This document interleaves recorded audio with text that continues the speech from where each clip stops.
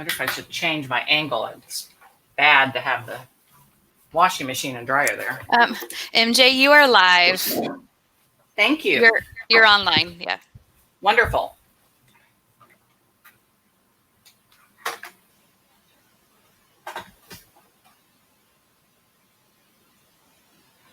Good morning, everyone. We are so happy to have you here this morning. I am MJ Shores with Personal MBA Coach. We have been delivering admissions consulting and GMAT test prep since 2008. We also have a placement rate of our clients at 96%. We have here with us today Chris Jones from Rotman. We have Valeria from Tuck Admissions. So they are here to help answer your questions. And let's begin. If you do have questions, please send them to us in the comments section. And then we also have some prepared questions that we frequently find among people interested in knowing a little bit more about the difference between European and US schools.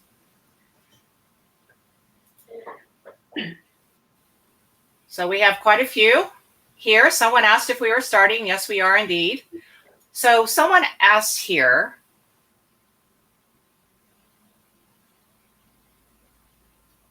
actually, there's an announcement here from GMAT Club that says, as part of the MBA Spotlight Fairs, we have 11 prizes to be given away today by 2000 CET. Please join the drawing here for GMAT Club tests and applicant lab descriptions. So, Chris, if you would, why don't you answer one of these questions that we've had? Generally, how competitive is the European application pool compared to other international applicant pools such as Asia? Okay, good question. Well, I mean, I'll be candid with you. We just don't get the volume of European applications in comparison to Asia, because obviously there are a lot of great options for students in Europe, right? So the appeal of staying in Europe is perhaps greater. So we don't necessarily get a huge volume. So I would say it's not particularly competitive with regards to volume of applications. So I think then it's about quality, right? Is your application of a high quality? So regardless of the country you're from, obviously we still have admissions criteria that we look for. And so you still have to meet those admissions criteria. And I guess we can perhaps expand on that at a later time. So yeah, the pool is much smaller from Europe. Doesn't mean to say that we don't want applicants from Europe. We would love more applicants from Europe, and I think that's one of the main motivations for being part of this event today. Absolutely. Wonderful, thank you. I thought that was a great and thorough answer. And Valeria, a question for you is there any advice that you can give to applicants from Europe when they're applying for a program abroad, such as Tuck? In general, take a look at each individual school's admissions criteria, right? You are looking to apply for an MBA, especially this year. It's unlikely that you will be able to go and visit campus, and all of the programs are different in many ways. So I think starting the process early, especially for candidates that are outside of the US, somewhat less familiar with campus, is very important just for you to get a good feel for each individual program. And you want to be successful in the application process, right? So you want to be knowledgeable, not just about the admissions criteria, but what each program has to offer, and frankly, how it aligns with your goals for the MBA and post-MBA goals too. So I think the sooner you start the process, the better. One of the things that we're seeing US candidates do slightly more often and to a higher frequency is connecting with students and alumni from the programs. Yeah. So it's somewhat less common in Europe, but as you are thinking about the MBA programs, reach out to the current students, reach out to the current alumni, reach out to the admissions officers like Chris and I, just to get a better feel for the program and to get a better feel for how you can strengthen your application just to find out about it. So for Tuck specifically, for candidates from Europe, as Chris mentioned, we love seeing European candidates. The pool is slightly smaller, so we're always looking for talent from Europe. It's you getting familiar with the programs and you getting familiar with the criteria. So for Tuck specifically, talk to our students, really talk to our students to figure out what the program is about. not only whether it's a right fit for you, but also if it's something where you feel that it speaks to you and your ambitions and something that you would like to pursue. Wonderful, thank you. Chris, a question for you is, do MBA graduates typically stay in the US or Canada, or do they return to Europe to work, and how does that affect recruiting? That's a great question. So I would say 95 to 99% of all our international students stay in Canada when they graduate. Now, that may not be forever, but they stay because, well, the first reason they stay is Canada has very open and relaxed immigration laws. There are no restrictions whatsoever for our students when they graduate. You are guaranteed, as long as you graduate, a 3-year open work permit, for many of our international students, even those from Europe, you can apply for permanent residency while you are either in the program or during those 3 years. And it's almost, again, guaranteed that you'll get it, because Canada is obviously looking to increase its skilled workforce through immigration, right? So we are actively promoting talent from overseas, and obviously talent from Europe is very highly valued as well here in Canada. So I think there's a big part of the motivation for choosing Canada and choosing Rotman for our international students is the freedom to live and work here without any restrictions when they graduate. Now, do our students from Europe return to Europe? Well, of course, some of them may do, because obviously Europe's got a great, you got the pound or the euro, right? It's a great currency. So there's obviously lots of great opportunities for you if you return home as well. But we don't typically see it immediately after school. I think everyone who comes here likes it here. And I've been recruiting actively from Europe for 3 years, and any Europeans that I brought in have all stayed initially, because obviously they've spent 2 years living and working in, studying in Toronto. They've got to know all their classmates naturally. And I think, Valeria may agree with this, where you do your MBA is quite crucial to, where you want to work when you first graduate, right? Because inevitably a lot of the alumni, the networking, the jobs, the career center, it's quite geared towards Canada opportunities, right? So you're going to find that's where you get a lot of exposure. So definitely I would say if you're considering an MBA abroad, always think to yourself, well, where do you want to work initially? Because that school inevitably is, certainly in Canada, it's going to have a kind of a focus on the local market a little bit more. But again, depending on where you're from, right? And the sort of connections you have back home. But I would certainly say if you're considering Canada, think about spending some time living and working here afterwards, because it's a great place. It's a great place, right, to be right now. Thank you, Chris, for a very thorough explanation. Valeria, as applicants gear up for round 2 applications, can you touch on the applicant profile requirements? Absolutely. So for TUC, I think I'll go back to what Chris was saying, that each school has its own admissions criteria. And so for TUC, we crystallized ours to 4, and we're looking for candidates who are smart, accomplished, aware, and encouraging. Smart, fairly straightforward. We'll look at your scores. We'll look at your undergraduate GPA. Also looking for growth mindset, right? Are you coming in excited about the knowledge that the MBA brings with it and just to learn from others? Accomplished, we'll be looking at your accomplishments at work and in the community. So think about the resume, listing your achievements and impact on your resume. Think about the progression that you've had, leadership roles that you have, the achievements, and all that. Awareness goes 2 ways, at least for us, the way we look at it. One is looking backwards in time and what is it that makes you, what is it that brought you to this point? But also with a look forward is, why are you pursuing an MBA? Why are you pursuing an MBA now, and why from TUC? And what are the goals that you would like to achieve with it? And then lastly, encouraging, our last criterion is, those of you that have read a little bit about TUC will probably have heard about the TUC community and the TUC Nice. So we're looking for candidates, because we're a smaller program, that are able to work well with others, that are able to challenge thoughtfully, They're able to be mindful of their classmates and really encourage others to succeed, and they're excited to contribute to their success. So as we're looking towards round 2, we're really looking for the candidates who meet those 4 criteria, because we're looking to build a class that's smart, accomplished, aware, and encouraging. So Valeria, you mentioned the GPA. Mm-hmm. Obviously, schools around the world don't use that same measure for assessing undergraduate or baccalaureate performance. What would you say to Europeans in terms of how you assess their academic profile? And then Chris, I'd love for you to weigh in on that as well. Yeah, great question, MJ. So we have a team of readers that's quite experienced. They have been in MBA admissions for many years.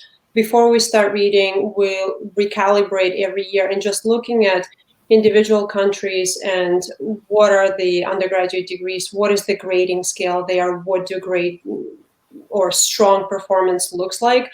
So we know that getting the highest points, say in France, is very, very difficult, right? Getting the full 20 points versus in the US, A's in undergrad are given somewhat more liberally. So we look at all of that very closely in the context of individual countries. One of the questions that we get quite often is whether we translate GPA to a 4.0 scale or if the candidate should do that. And the answer is no, because we will be looking very closely at each of your individual transcripts that you submit while calibrating per country. So we know that a high grade in Germany is probably not the same as in England and as in France. So we'll be contextualizing that when looking for your academic performance. Wonderful. Wait, do you have anything to add to that, Chris? I would say no. I mean, I actually think you also answered my question for me, Valeria. That was very good because it's very similar, right? So I haven't really got anything to add. I would say absolutely we do take into account. I think it's especially because I did all my education in Europe as well. I know what it's like. It's the scoring is way lower. To get, a good degree. So you've got to be careful that you're not just assessing every applicant from every region in the world. And just like you in Canada, you can get A's very easily here. So we do take that into account, absolutely. And we sort of have our School of Graduating Studies has a kind of conversion scale that really helps us with making sure that we treat certainly a lot of European schools very fairly. Yeah. Okay. So people often hear a lot of things about the best time to apply. And sometimes people say, well, if you don't apply in round 1, forget it, apply the next year. What would you say? I see you grinning, Valeria. What would you say about that kind of comment? It differs year to year. I would say, apply when you think you have the strongest application possible versus trying to see what the market says. Advantage of applying in round 1 is you're applying early as the team is still building their class and filling their seats. However, every admissions team knows that we'll also have applications in round 2 and round 3. And frankly, a lot depends on what the round 1 yield looks like. So we might be in a position where we admit a great class in round 1, and by the time round 2 rolls around, many of them say yes to talk, or many of them say no to talk. So in 1 year, applying round 2 might be an advantage. In another year, less so. And we don't know that until we come to it. So really, I would stop thinking about it entirely, unless you're an international candidate and you're applying in round 3 or round 4 really late in the summer where the visa issue might come into place. Those considerations aside, apply when you're ready, because frankly, I think it's better to see a strong application later on than a rushed application earlier, especially because, as I mentioned, you might not know we don't know what our applicant pool will look like. So it's really, I think it's just take it into your own hands and apply when it's best for you. Okay, so we've had a few questions, more new questions coming in. Chris, what would you say to somebody who wants to know how they would fare in the admissions process if they have over 8 years of experience professionally? Oh, I like that question. That's a good one. Okay, so yeah, so that's a tricky one. I'm going to try and be candid with you. I mean, we do take. Okay, so the average amount of work experience in our program is 4 to 5 years. So let me give you that as a starting point, right? That's the average in our class. So therefore, what I would say is our MBA program, our full-time MBA, is by design for people at still a relatively early stage in their career, 4 to 5 years, but they've still got something that they can leverage in the job market, right, when they graduate. So that is that sweet spot in our program. So do we take people with, say, 2 years work experience? Well, we do. And do we take people with 8? Yes, we do. However, you are getting a little bit up in the years of work experience, right? Another 2 years, and you're really looking at kind of executive programs, right? So what you have to assess is, I think a lot of that would then be around sort of having specific conversations with our admissions team, just to kind of assess, when did you start working? Some people have 8 years work experience and they're still not even 30 years old, right? So again, you look at sort of other factors that means you could still be a good fit for our program. So, and what you also want to make sure is that, you're not coming into a program where you already have quite a lot of work experience, and therefore the internship component, which is an essential part of our program at Rotman, and then the full-time job opportunities are not necessarily at a level that you would be hoping for, because are you possibly in a senior level at work already, right? And therefore there could be a bit of a disconnect. So is it worth waiting a few years to just think about executive programs? But I think generally it's a case by case basis. So we do have people who have pushing 8 to 10 years work experience in our program. I wouldn't say you would make up maybe 10% of the class. Yeah, I think you will also find that in general, European programs tend to have a student profile that's a little older and a little more seasoned than in the US. And it's typically in the US just driven by the applicant pool. It's not any necessarily set standard that would occur at either of your schools. Another question was, is it an advantage for somebody to apply to a program who's had foreign experience outside of their country? Yes. Chris saying yes. 100% yes. Okay. And someone also wants to know, well, what if I am an entrepreneur? How does that position me to apply for a program? Is that an advantage? Is it a disadvantage? What do you think, Valeria? No, I mean, it's really depends a little bit on the work that you are doing. Absolutely not a disadvantage. Quite often it's the entrepreneurs that are candidates who have worn many hats, right? You have shown leadership, you have shown taking initiative, you have shown that you're able and willing to take the risk and pursue your business. More often than not, these are students that are coming in with a variety of experiences versus a narrow knowledge. So I think if you're applying from an entrepreneurial background, that certainly speaks to the strength of how you meet the accomplishment criteria. One of the things that you'll need to consider closely is how you show or how you quantify your impact, right? Because as an admissions team, if we're looking at someone who has run their own business or started their own business and have been there for a number of years, we'll be looking to see what you have achieved in them. So it's great that you have the experience, but we also want to see some impact, in part because that's additive to the class, but in large part because we also want to make sure that we're setting you up for success in recruiting. If you want to pursue more opportunities outside of the entrepreneurial world, so somewhere with established companies, they will be interviewing you and they will be looking at examples of specific impact and what you bring to the table. So we'll be trying to tease that out. A second thing for people applying with entrepreneurial background is be thoughtful and mindful about who you select as your recommenders. If you're running your own firm, think whether it should be a client, a mentor, or someone like that, who is able to speak to the school's admissions criteria. So this question was going to come up at some point. How is the famous COVID-19 affecting application volumes for you, Chris? Hasn't really impacted the number of applications, actually. Okay. I mean, I think I think applications are probably obviously down slightly, but I don't feel like I'm any less busy than I was a year ago. And I still feel like there's plenty of applicants of good quality in our application pool. I mean, actually, obviously, an area where we could increase volume is Europe, of course. That's why we're here. But I think our other international regions and our Canadians, it's still pretty steady right now. I would say the challenge is still more likely to be, people accepting our offers and then they withdraw from the program in next summer if COVID is still sort of rampant and there's no chance for any sort of in-person experience. And I think that's probably where I still think that's our biggest challenges, right? Is people matriculating, if you know what I mean by that, actually starting the program. So that's just me just trying to be really candid and honest and not sugarcoat anything. But I still think the interest is quite high.